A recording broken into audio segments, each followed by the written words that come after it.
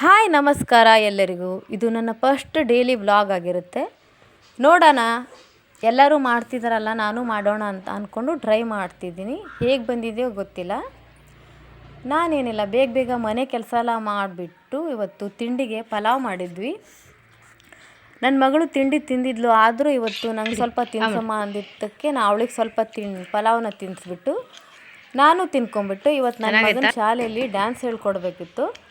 ಹಾಗೆ ನಾನು ನನ್ನ ಮಗಳು ತಿಂಡಿ ಎಲ್ಲ ತಿನ್ಕೊಂಬಿಟ್ಟು ಹೊರಟ್ವಿ. ಇಲ್ಲೇ ಮನೆಯಿಂದ ಸ್ವಲ್ಪ ದೂರ ಇರೋದು ಅಂದ್ಕೊಂಡು ನಾನು ನನ್ನ ಮಗಳು ಹೊರಟ್ವಿ.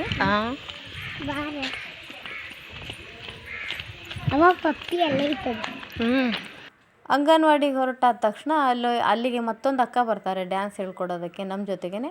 ಅವರು ಮಕ್ಕಳು ಮತ್ತೆಲ್ಲ ಕೂರಿಸ್ಕೊಂಬಿಟ್ಟು ಟೀಚರ್ಸು ಎಲ್ಲ ಸೇರ್ಕೊಂಬಿಟ್ಟು ಆಗಲೇ ಹೇಳ್ಕೊಡ್ತಾಯಿದ್ರು ಹಾಡು. ಇವನು ನನ್ನ ಮಗ ಇಲ್ಲಿ ನಗ್ತಿದ್ದಾನಲ್ಲ, ಬ್ಲೂ ಶರ್ಟು ಇವನು. ಆಮೇಲೆ ಇದು ಹಾಡು ಚೆನ್ನಾಗಿ ಕೇಳಿ ಅಂದ್ಕೊಂಡು ಒಂದು ಬ್ಲೂಟೂತ್ ತಂದಿದ್ರು. ಈ ರೆಡ್ ರೋಸ್ ಅವರೇ ಮಾಡಿದ್ರು. ಆಮೇಲೆ ನಾನು ಮತ್ತು ಅಕ್ಕ ಸೇರ್ಕೊಂಡ್ಬಿಟ್ಟು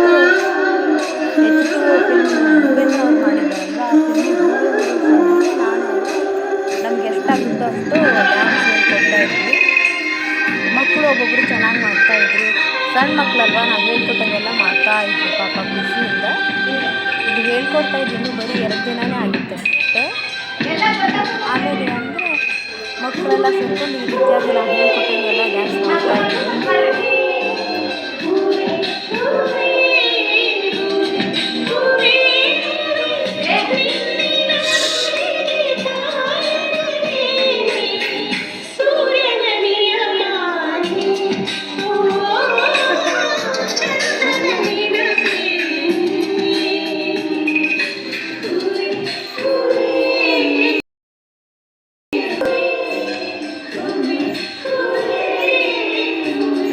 ಅಲ್ಲಿಂದ ಬಂದು ರೆಡಿಯಾಗಿ ಊಟ ಎಲ್ಲ ಮಾಡಿಕೊಂಡು ನನ್ನ ಮಗಳು ಡ್ಯಾನ್ಸಿಗೆ ಹೋಗಬೇಕಿತ್ತು ಅಂದ್ಕೊಂಡು ಅವಳಿಗೂ ಡ್ಯಾನ್ಸಿಗೆ ರೆಡಿ ಎಲ್ಲ ಮಾಡಿಕೊಂಡು ನಾನು ನನ್ನ ಮಗಳು ಇಬ್ಬರು ಜನ ಹೊರಟ್ವಿ.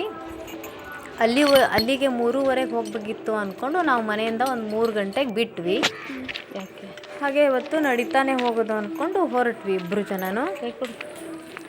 3:30 ಅನ್ನೋಷ್ಟೊತ್ತಿಗೆ ಅಲ್ಲಿಗೆ ಡ್ಯಾನ್ಸ್ ಕ್ಲಾಸಿಗೆ ನಾವು ರೀಚ್ ಆಗಿದ್ವಿ. ಏನಪ್ಪ ಇವಾಗ ಫುಲ್ ಡೇ ಸ್ಕೂಲ್ ಇರೋದ್ರಿಂದ 2:30ಗೆ ಇಡ್ತಿದ್ರು ಶನಿವಾರ, ಇವಾಗ 3:30ಗೆ ಇಟ್ಟಿದ್ದಾರೆ. 3:30ಯಿಂದ 5 ಗಂಟೆ ತನಕ ನಾವೀಗ ಅಲ್ಲೇ ಕುತ್ಕೊಂಡು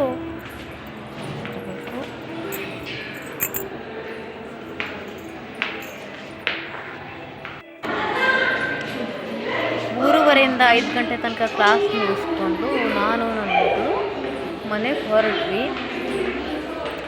ಇವಳಿಗೆ ಇವಾಗ ಐಸ್ ಕ್ರೀಮ್ ತಿನ್ನಬೇಕು ಅಂತ ಜ್ಞಾಪಕ ಬಂತು. ಅಮ್ಮ ಹೋಗಬೇಕಾದ್ರೆ ಅಲ್ಲಿ ರೋಡಲ್ಲಿ ಒಂದು ಅಂಗಡಿ ಇದೆಯಲ್ವ ಐಸ್ ಕ್ರೀಮಿಂದು, ಅಲ್ಲಿ ಕೊಡಿಸ್ತೀಯ ಅಂದ್ಕೊಂಡು ಕರ್ಕೊಂಡು ನಾನು ಆಯಿತು ಅಂತ ಕರ್ಕೊಂಡು ಹೊರಟೆ.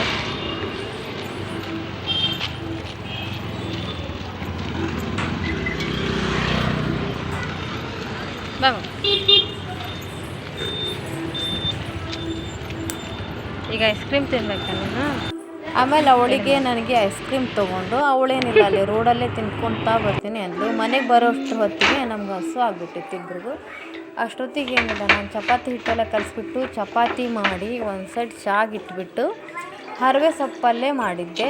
ರಾತ್ರಿಗೂ ಆಗುತ್ತೆ ಚಪಾತಿ ಮತ್ತೆ ಅಂದ್ಕೊಂಡು. ಆಮೇಲೆ ಇವಳೇನಿಲ್ಲ, ನಾನು ಚಪಾತಿ ಮಾಡ್ತಿದ್ದೆ ಅಷ್ಟೊತ್ತಿಗಮ್ಮ ನಾನು ಸಣ್ಣ ಸಣ್ಣದಾಗಿ ಚಪಾತಿ ಮಾಡ್ತೀನಿ ಅಂದ್ಕೊಂಡು ಈ ರೀತಿ ಚಪಾತಿ ಮಾಡಿದ್ಲು. ಅದನ್ನು ಅವಳಿಗೆ ಬೇಯಿಸ್ಕೊಟ್ಟೆ. ಅವಳು ಅದನ್ನು ತಿಂದು ಸೂಪರ್ ಆಗಿದೆ ಅಂತ ಅಂದ್ಲು. ಅಷ್ಟೊತ್ತಿಗೆ ನಾನು ನನ್ನ ಮಗಳು ಚಪಾತಿನೆಲ್ಲ ಹಾಕ್ಕೊಂಡು ತಿಂದ್ವಿ. ಇದು ನನ್ನ ಇವತ್ತಿನ ಡೈಲಿ ವ್ಲಾಗ್ ಆಗಿರುತ್ತೆ. Thank you.